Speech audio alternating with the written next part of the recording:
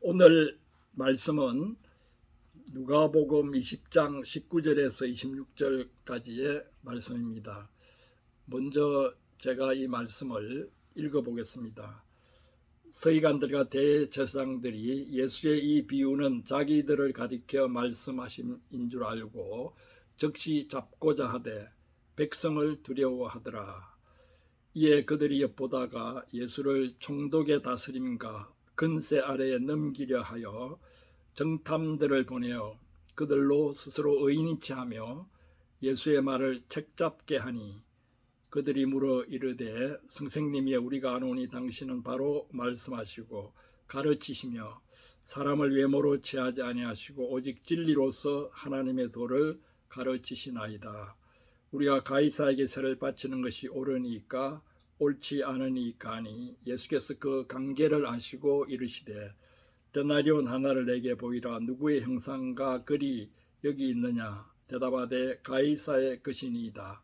이르시되 그런즉 가이사의 것은 가이사에게 하나님의 것은 하나님께 바치라 하시니 그들이 백성 앞에서 그의 말을 능히 책잡지 못하고 그의 대답을 놀랍게 여겨 침묵하니라. 이르시되 그런즉 가이사의 것은 가이사에게 하나님의 것은 하나님께 바치라.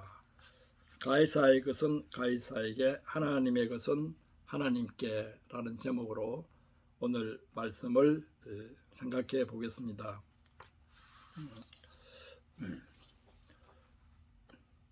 먼저 이 비유라는 단어가 19절에 나오죠.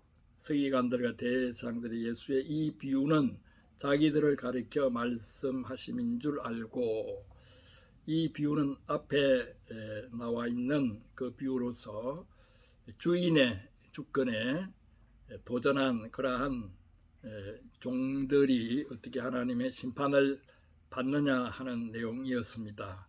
그러니까 하나님의 주권에 정면으로 도전하는 그러한 사람들을 폭로하고 징계하는 내용의 비유였습니다.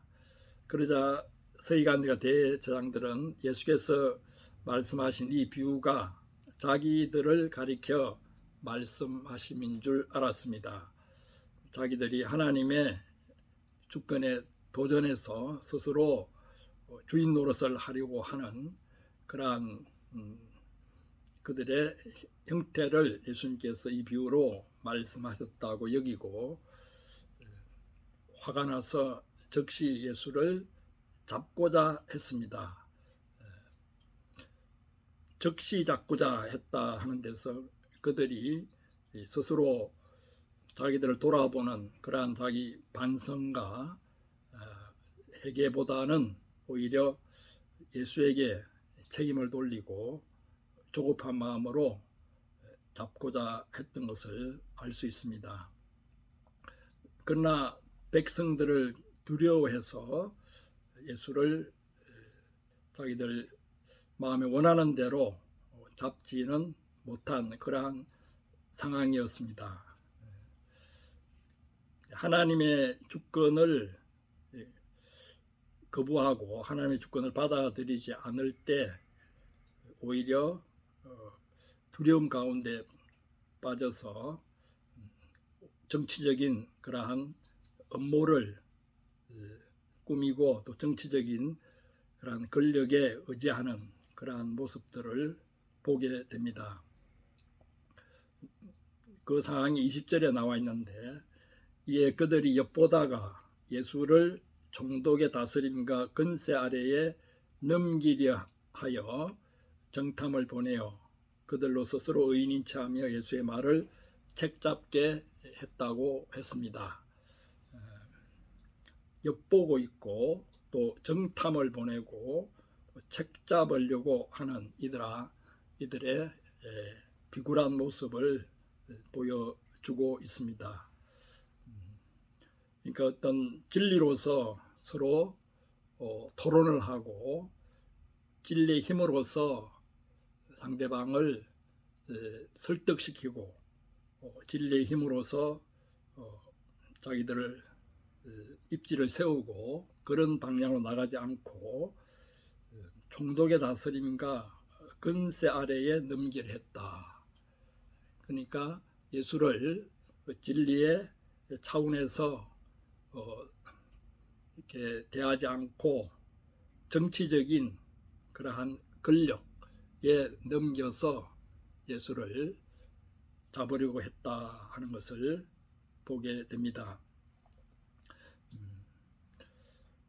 유대 지역은 그 당시에 총독의 치리하에 있었기 때문에 무엇보다 사형권, 사람을 재판에서 사형에 처하는 그러한 권리가 총독에게 있었습니다.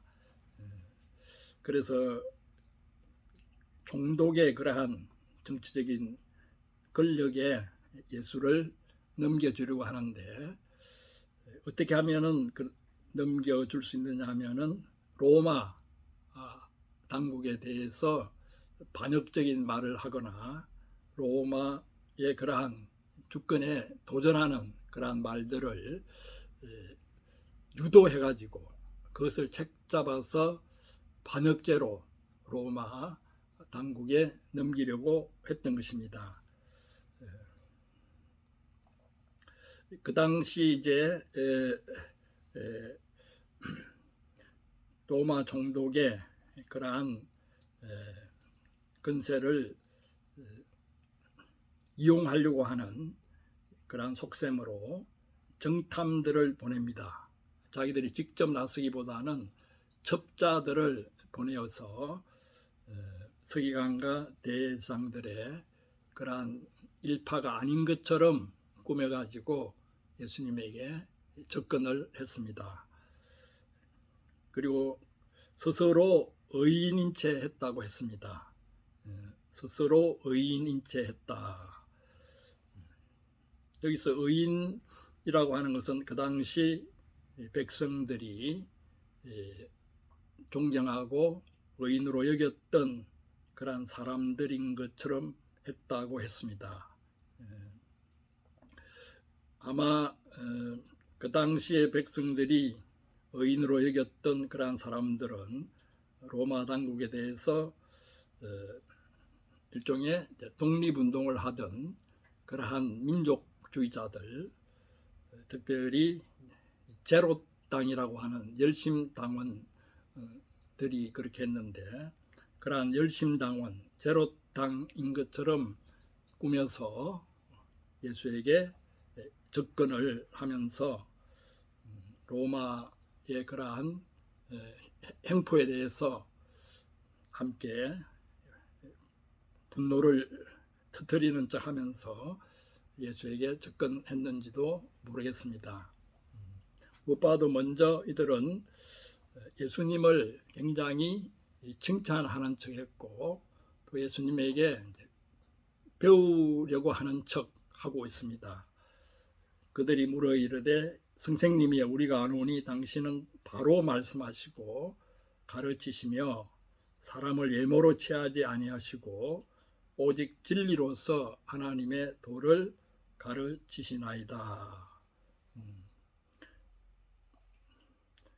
예수의 말을 책잡고자 하는 예수의 말을 꼬투리로 삼아서 로마 당국에 넘기려고 하는 그들의 속셈을 감추고 예수님을 이렇게 높이면서 예수님을 배우려고 하는 이런 자세를 취하는 이들이 얼마나 이중적인 그러한 모습을 보이고 있는지 한편으로는 우리가 좀 섬뜩하게 여겨지기도 합니다.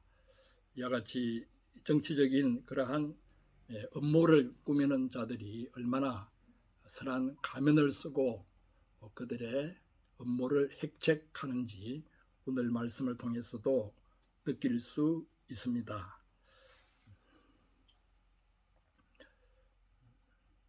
그러면서 가장 중심적인 질문, 예수의 말을 근거로 해서 로마 당국에 넘기는데 가장 결정적인 질문을 하고 있습니다. 가이사에게 세를 바치는 것이 옳으니까 옳지 않으니까 세금 문제를 들고 나왔습니다. 자고로 세금 문제가 나라를 다스리는데 항상 중요한 정책이 되고 백성들에게 있어서 굉장히 예민한 문제가 됩니다. 그래서 예수님도 오늘 말씀처럼 세금에 관한 질문을 종종 받았는데 또 한 번은 성전세를 내는 것이 마땅치 아니하냐 하는 성전세를 거두는 사람들이 예수님과 제자들에게 와서 성전세를 내라고 요구할 때에 예수님께서 하나님의 아들로서 성전세를 낼 필요가 없지만은 그들이 오해하지 않기 위해서 그들에게 책잡히지 않기 위해서 우리의 성전세를 내자 해서 베드로의 성전세와 예수님의 성전세를 합해서 한 세계를 내는 그러한 장면이 나오고 있습니다. 이렇게 가이사에게 로마 당국에 세금 내는 문제, 또 이스라엘 종교 당국에 성전세를 내는 문제, 이런 세금과 관련해서 예수님에게 질문한 사람들, 또 예수님에게 요구한 사람들의 기록이 성경에 종종 나와 있습니다. 그와 같이 세금 문제는 어느 시대나 어느 나라에서나 중요한 관심사가 되고 백성들의 중요한 관심사가 됩니다. 이번 대선에서도 대선 후보들이 세금 문제와 관련해서 여러 가지 공약을 내고 있는 이유도 바로 그것입니다. 또 이 세금 문제로 인하여서 어느 대선 후보의 지지율이 오르고 내리는 그러한 양상들을 보게 됩니다. 또한 세금 문제에 대한 그러한 불만들이 또 표심을 움직일 수도 있고 또 그것을 개선하려는 그런 방향으로 인하여서 어떤 판세가 이루어질지 우리가 기초가 주목되는 상황입니다. 결국 이 세금 문제가 항상 백성들의 주요 관심사라는 것입니다. 그래서 오늘 본문에서도 바로 이 세금 문제를 내어놓고 있습니다. 가이사에게 세를 바치는 것이 옳으니까 옳지 않습니까?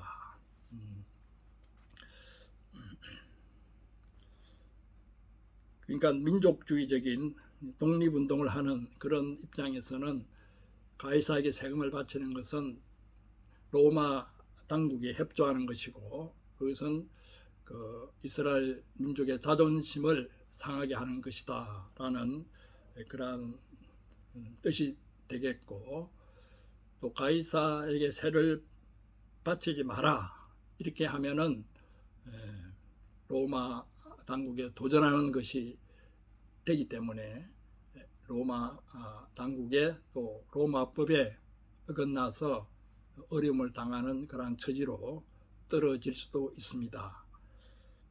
그러니까 세를 바치는 것이 옳다 하기도 문제가 있고 또 세를 바치지 않아야 된다 하는 것도 문제가 있는 이쪽으로 대답을 하든 저쪽으로 대답을 하든 올무에 걸리기 쉬운 그러한 질문입니다. 그 당시도 이제 이스라엘 그런 여러 지역에서 로마에 내는 세금에 대해서 세금 거부 운동이 민족주의 차원에서 일어나고 있었습니다. 그래서 친로마파와 반로마파가 대립하고 있었고 로마와 전쟁을 해야 된다는 주전파와 로마와 어떤 평화로운 관계를 맺어야 된다고 하는 주하파의 그러한 갈등들이 있었습니다. 그래서 세금을 거부하는 운동을 하는 그런 입장에서는 로마에 세금을 바치기 위해서 관리 노릇을 하고 있는 그 당시 세리들을 민족 반역자로 여겼던 것입니다. 그런 로마 당국의 그러한 세제에 대해서 우리가 종종 설교나 또 여러 책들을 통해서 알고 있는데, 다시 한번 정리를 하면은 로마는 특별히 기사 계급이 세금을 거두는데 유대인들 식민지 백성들을 잘 달래서 세금을 받기 위해서 로마인 자신, 그러니까 로마 관리가 직접 거두면은 그러한 거부감이 있기 때문에 유대인 이스라엘 동족들을 세워서 세금을 징수하는 방향을 취했습니다. 그래서 우리가 잘 알듯이 그 유대인들에게 5년 동안 기간을 주어서 세금 징수권을 경매에 붙여서 팔았습니다. 그리고 이 세금 징수권은 막대한 부를 얻을 수 있는 그러한 권리였기 때문에 세리들이 세습을 해서 자기 아들들에게 이 징수권을 넘겨 주었던 것입니다. 그래서 어떻게 보면 세리 가족 전체가 세금을 거두면서 자기들의 부를 축적해 나갔습니다. 특별히 이제 로마에서는 직접세와 간접세가 있는데, 직접세는 인두세, 토지세였습니다. 직접세는 로마 당국에서 직접 거두어서 로마 황제에게 상납을 했습니다. 그리고 간접세, 통행세, 수출세, 수입세, 시장세 등등 간접세는 유대인 세리가 거두도록 해서 둘을 나누어서 세금 거두는 방식이나 절차를 다르게 했습니다. 또한 원로원 지역, 로마 황제 지역 등으로 나누어서 세금을 거두었는데, 유대는 로마 황제 지역으로 모든 세금들이 로마 황제에게로 들어갔습니다.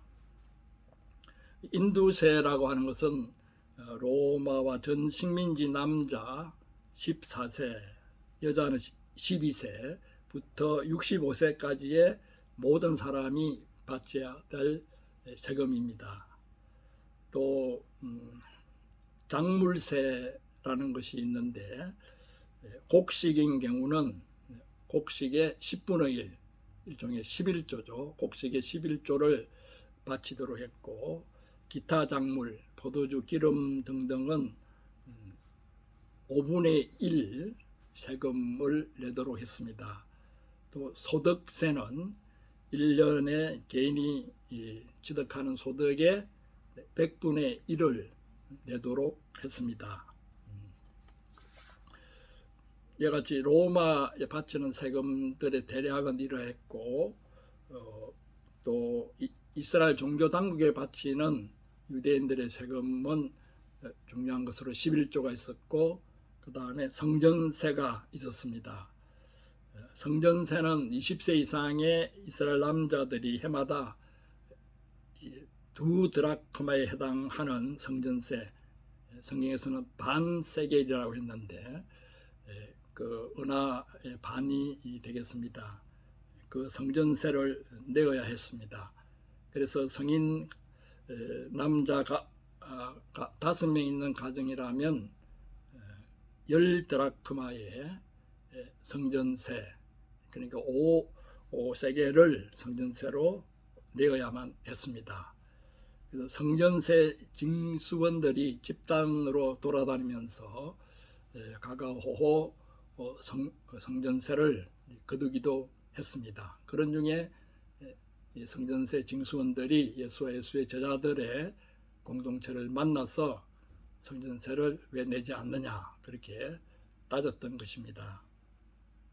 또 11조를 거두는 그러한 징수원들이 바깥론을 다니면서 그 10개의 낫가리 중에 한 낫가리를 가져가는 그러한 11조 징수를 하는 그러한 경우도 많았습니다. 그러니까 직접 타작마당으로 들어가서 징수를 해가기도 했습니다.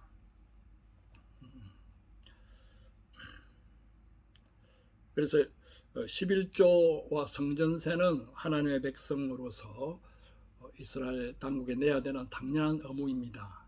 거기에 대한 질문은 이 사람들이 하지 않고 대답하기 곤란한 가이사 세금, 로마 세금에 대해서만 지금 질문을 하고 있습니다. 가이사에게 세금을 바치는 것이 옳으니까 옳지 않으니까. 예수님은 어떻게 이들을 대하셨습니까? 먼저 23절에 보면은 예수께서 그 관계를 아시고 라고 했습니다. 관계라고 하는 것은 그들의 숨은 그러한 책략이라고 하는 뜻이 되겠습니다. 굉장히 예수님을 존경하는 척하면서 다가오고 굉장히 자기들이 바른 사람인 것처럼 이렇게 꾸미고 있는 이 사람들의 그러한 겉으로 드러난 말이나 외모를 보시지 아니하시고 그들의 중심을 깨뜨려 보시고 그들이 얼마나 이중적인 그런 위선적인 마음을 가지고 지금 접근하고 있는가를 알아채셨습니다. 그 관계를 깨뜨려 보셨다는 뜻입니다. 그래서 세금을 내지 말라고 하면 로마에 대한 반역자로 고발하고 또 내라고 하면 이스라엘 민족을 또 배반하는 그런 또 상황에 처할 수도 있는 그렇게 곤란한 상황에 처하도록 질문을 던지고 있다고 하는 사실을 예수님께서 아셨습니다. 그래서 먼저 데나리온 하나를 내게 보이라. 데나리온 그 당시에 돈의 일종이죠. 데나리온 동전 하나를 내게 보이라고 말씀하시면서 누구의 형상과 글이 여기 있느냐 그렇게 질문을 하셨습니다.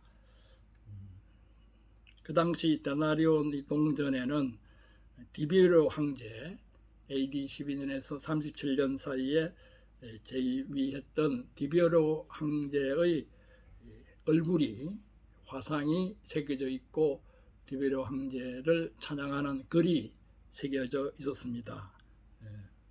그래서 거룩한 아구스도의 아들 티베리우스 아구스도라고 하는 라틴어가 또 새겨져 있었습니다. 예수님께서 왜 데나리온 하나를 보이라고 했겠습니까?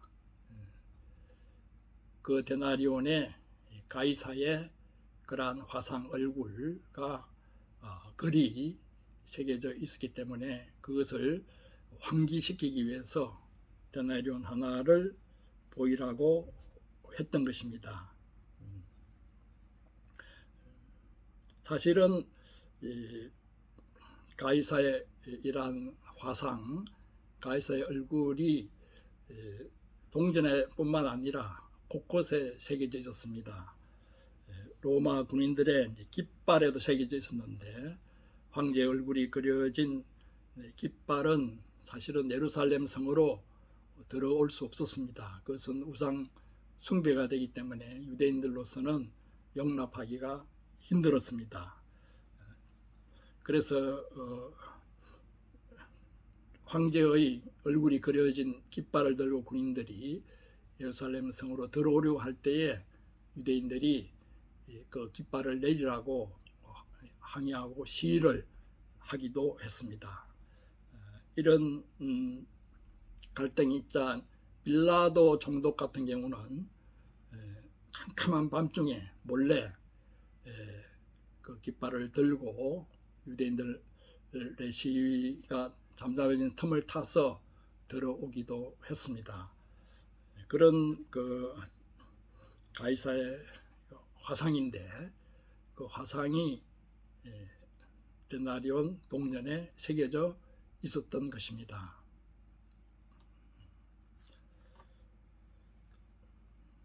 그러자 예수님께서 우리가 잘 아는 그 유명한 대답을 하셨습니다.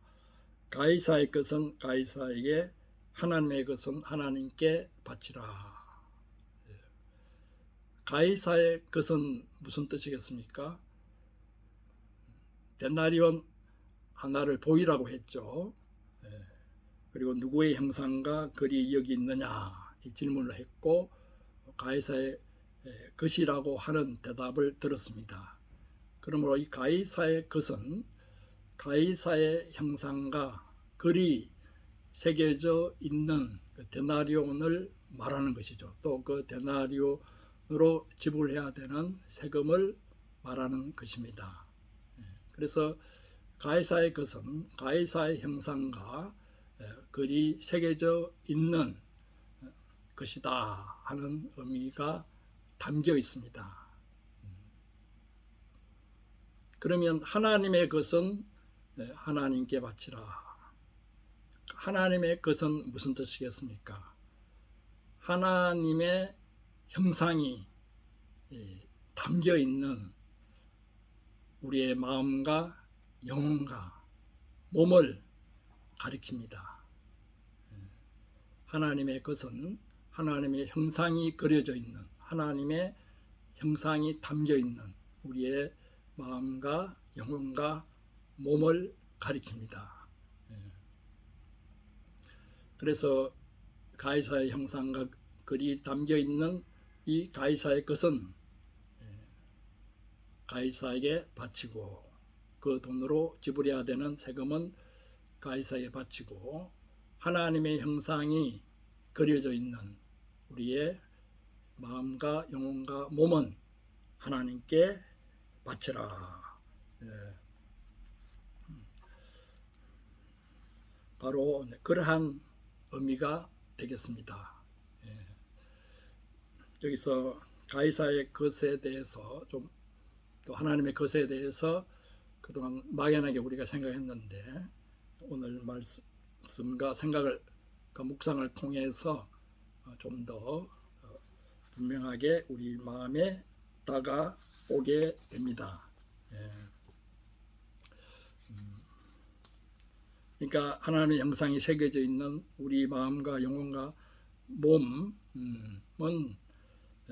아무리 세금을 거두고 착취해도 가이사의 것이 될 수 없고 가이사가 빼앗아갈 수 없다고 하는 그러한 것을 강조하는 말씀이 됩니다. 그래서 하나님의 것은 빼앗아갈 수 없다는 뜻이 오늘 말씀이 강조하는 바입니다. 또한 하나님께서는 가이사에게 세금을 바치듯이 우리의 몸과 마음과 또 뜻을 바치기를 원하시고 계시다는 의미가 담겨 있습니다. 로마서 6장 12절 14절 또 로마서 12장 1절 2절 말씀을 보면은 그 하나님의 형상이 새겨져 있는 우리의 마음과 영혼과 몸을 하나님께 더욱 드려야 된다고 하는 말씀이 나와 있습니다. 그러므로 너희는 죄가 너희 죽을 몸을 지배하지 못하게 하여 몸의 사욕에 순종하지 말고 또한 너희 지체를 불의의 무기로 죄에게 내주지 말고 오직 너희 자신을 죽은 자 가운데서 다시 살아난 자 같이 하나님께 드리며 너희 지체를 의의 무기로 하나님께 드리라. 제가 너희를 주장하지 못하리니 이는 너희가 법 아래 있지 아니하고 은혜 아래 있음이니라. 그러므로 형제들아, 내가 하나님의 모든 자비하심으로 너희를 권하노니 너희 몸을 하나님이 기뻐하시는 거룩한 산제물로 드리라. 이는 너희가 드릴 영적 예배니라. 너희는 이 세대를 본받지 말고 오직 마음을 새롭게 함으로 변화를 받아 하나님의 선하시고 기뻐하시고 온전하신 뜻이 무엇인지 분별하도록 하라. 여기서 우리의 몸과 마음을 하나님께 드리는 그런 하나님의 백성으로서 또 나라의 세금을 받져야 하는 그런 이중적인 시민권을 가진 그러한 자로서 어떻게 우리가 지혜롭게 살아갈 것인가 하는 것을 다시 한번 마음에 새기게 됩니다.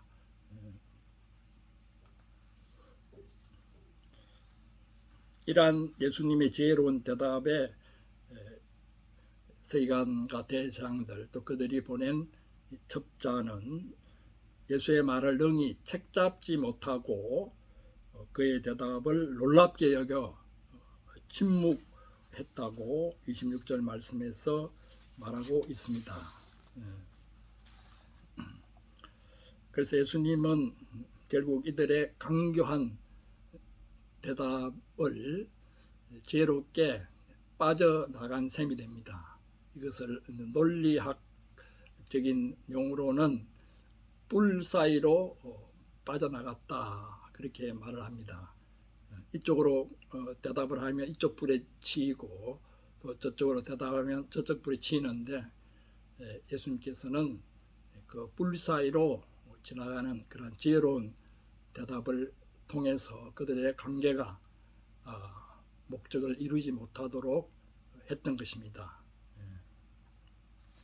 그래서 다시 한번 이 당시에 예수님의 적들이 얼마나 예수님을 잡아 죽이려고 말에 꼬투리를 잡으려고 얼마나 호시탐탐 노리고 있었는지 그 정치적인 그 관계를 우리가 느낄 수 있습니다. 지금 대선 전국에서도 여러 가지 서로 상대방의 그러한 약점들을 노리는 그런 관계들이 난무하고 있는데 우리가 그런 점들에 대한 통찰력을 새롭게 해야 되겠고 또 다시 한번 이런 관계가 난무하는 시대에 있어서 시민으로서의 의무를 또 감당하면서 하나님의 형상이 새겨져 있는 우리의 마음과 영혼과 몸을 더욱더 헌신하고 드려야 되겠다는 그러한 결심을 하게 됩니다. 이러한 은혜가 여러분과 저에게 있기를 축원합니다. 아멘.